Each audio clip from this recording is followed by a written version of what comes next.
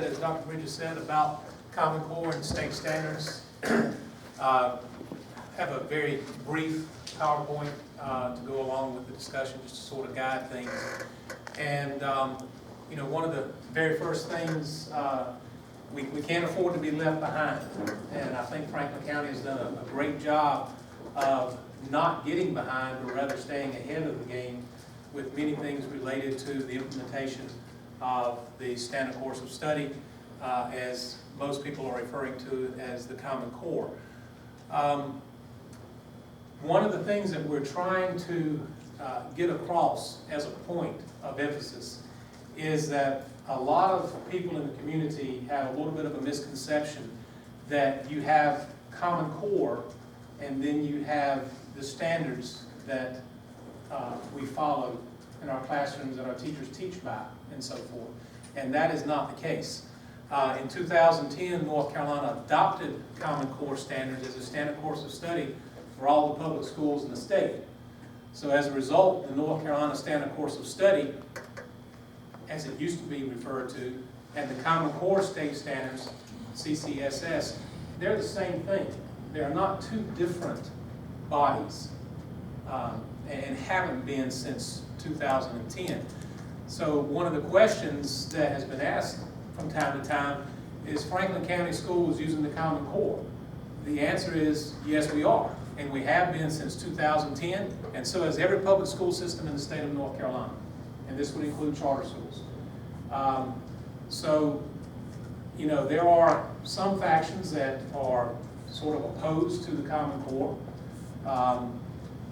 But in North Carolina, the Common Core, per se, and the state standards, the standards that our teachers teach by every day, day in, day out, they are the same standards, period. So if someone says, well, I do not want my child to be taught according to Common Core state standards. Well, you can't do that in North Carolina if you're attending a public school.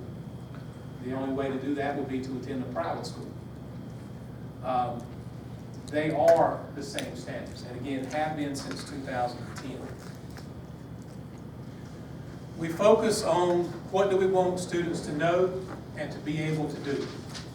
What do we want them to be able to do when they finish a course? What do we want them to be able to do upon graduating from high school, upon completing a certain grade level, etc. The Common Core is built with a spiral effect for the standards. If you look down at the bottom, so to speak, and this is College and Career Readiness Language Arts Anchor Standard 5, you spiral from top to bottom or bottom to top, but all of these standards are interconnected and related. So from grade level to grade level, this particular standard will be a theme all the way through for College and Career Readiness Language Arts. Demonstrate understanding of figurative language, word relationships, and nuances in word meaning. That's going to be emphasized at every grade level in some form. And this is true of every standard, every strand that you would run across, from ELA to math to science, social studies, etc. The next thing we focus on is how do the students know they have learned the material? And of course, Common Core emphasizes one thing, and therefore a Common Core state standards emphasizes one thing. You have to begin with the end in mind. If you do not know where you want to go, any road's going to take you there. So a teacher teaching in the classroom, when they start with a particular standard and they're trying to teach this standard to the students, when they begin planning their unit, what we work with them now through a process called rigorous curriculum design is we emphasize to them, you begin with what you want your students to know. And what are you going to do to find that out? Well, at some point you're going to assess them. Whether that's a state assessment or whether it's a teacher exam, a test, whether it's a project, whatever the case may be. But you begin with that, with what you want them to know, and you begin to work backwards from there to plan your unit. You shouldn't plan your unit and then go all the way through the unit and then scratch your head and say, oh, I guess I have to test them now. That's backwards. But it's kind of the way it was for years and years and years. You begin with that end in mind. High-impact instructional strategies. 21st century learning, research-based teaching strategies, differentiation, response to intervention, which is a key component of our school improvement plans now, specially designed instruction, English language learner strategies, all of these things. They just revolve around each other over and over and over again. Our instruction has to be intentional and purposeful. As you notice through this flow chart, these arrows go back and forth. So it doesn't matter which side you start on, they go back and forth. But you have planning and pre-assessment. The teachers are planning and pre-assess, find out what the students know. So that student prior knowledge combined with the Common Core state standards gives you the what, which is the content, the how, which is your process, and the why of the learning. A teacher should be able to answer all of those questions to the students when they ask. Kids always want to know, why have we got to learn this? Okay, well that's a valid question. It's a valid question. And the way our teachers work with their planning now, they should be able to answer that question because they have answered it themselves as they begin their planning.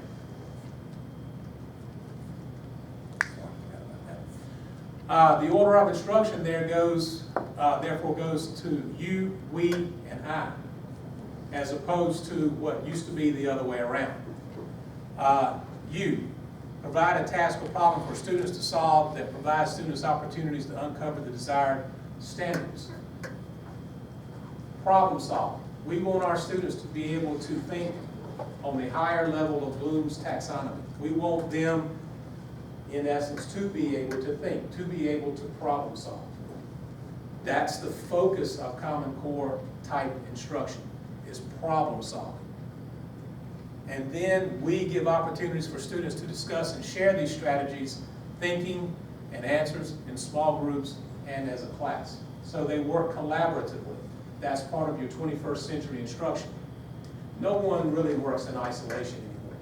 Everyone, whether you're in a business, whether you're in a huge corporation, whether you are in a school system, whatever the case may be, you always are working collaboratively. You're working with other people, and you're problem solving, and you're trying to figure out the best way to do things. And then finally, as a teacher, you drive home the key ideas that move students toward their desired target. Those key points only. But the vast majority of the work was done by the students, and that's the way it should be.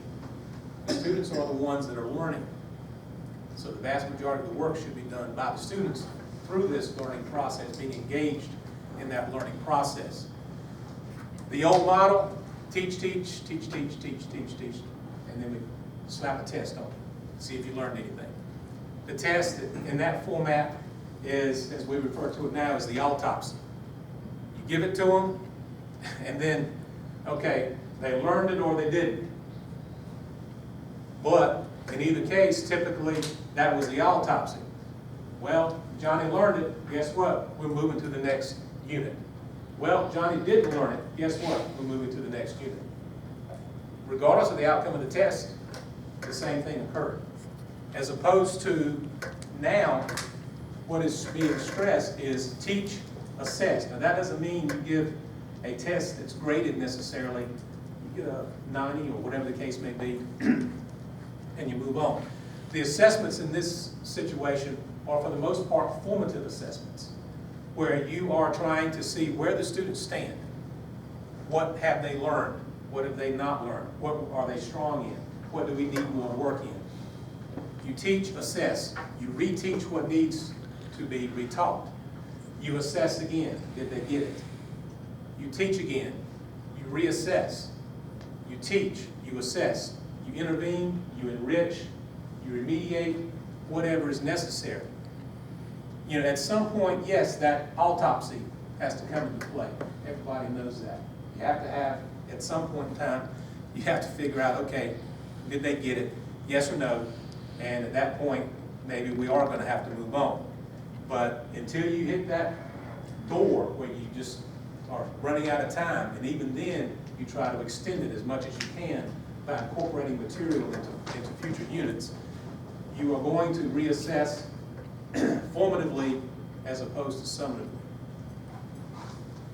So, if they didn't get it, what do? Again, you reteach.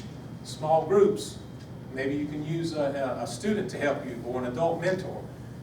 You follow the RTI model, the responsiveness to instruction model, which has 3 tiers of intervention that we put in place. Our elementary schools are really going strong with the RTI model.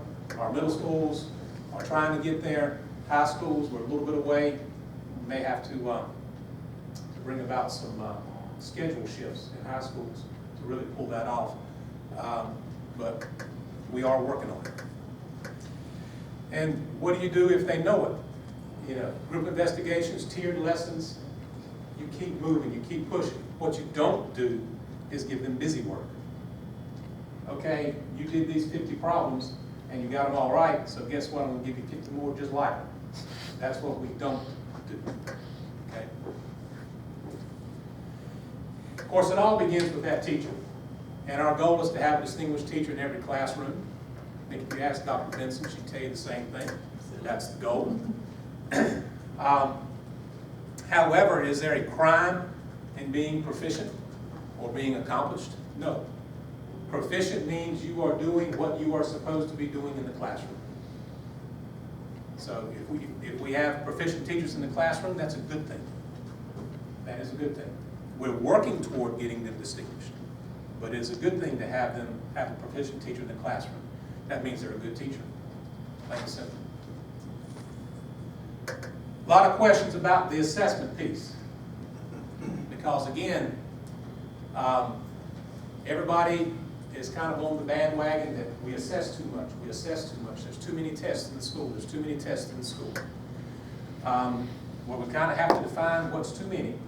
But by the same point, in Franklin County, and if I'm wrong, any of you other folks in here, you tell me. In Franklin County, we do not administer one single test other than benchmarking or teacher-made test that is not required by the state of North Carolina.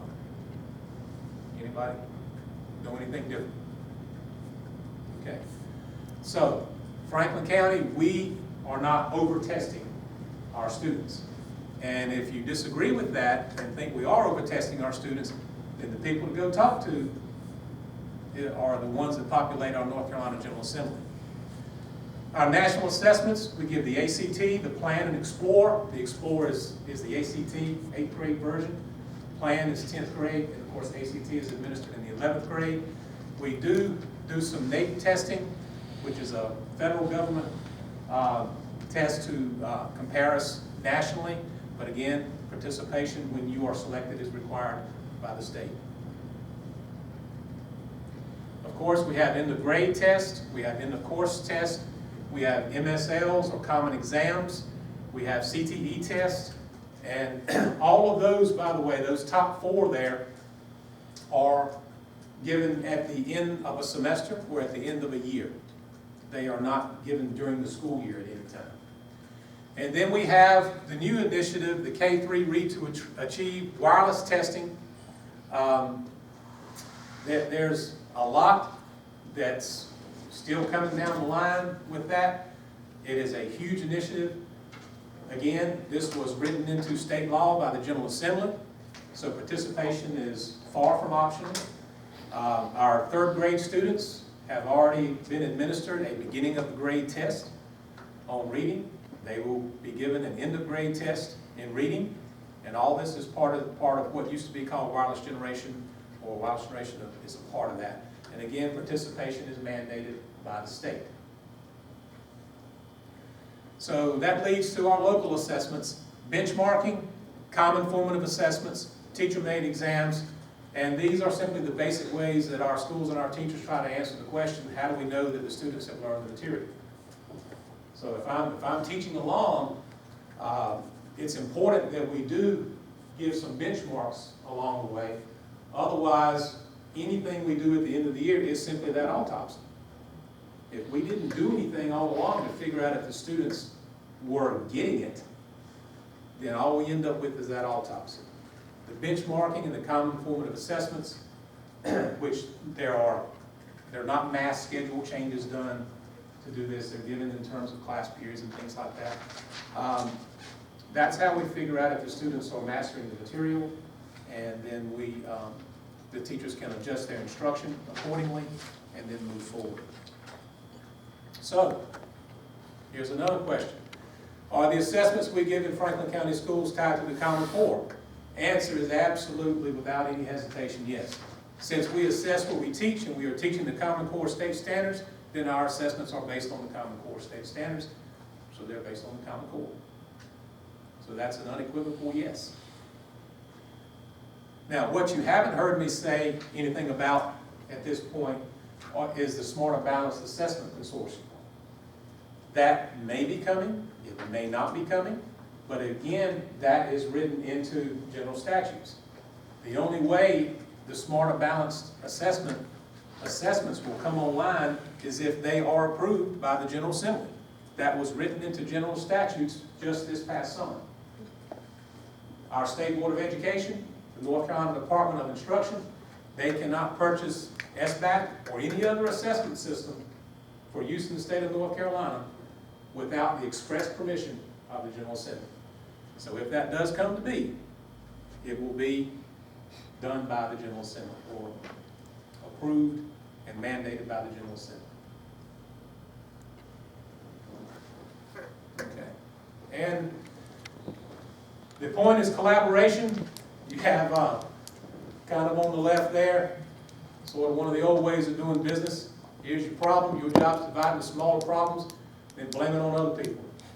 But what we try to do is to work collaboratively, try to figure out a way to problem solve.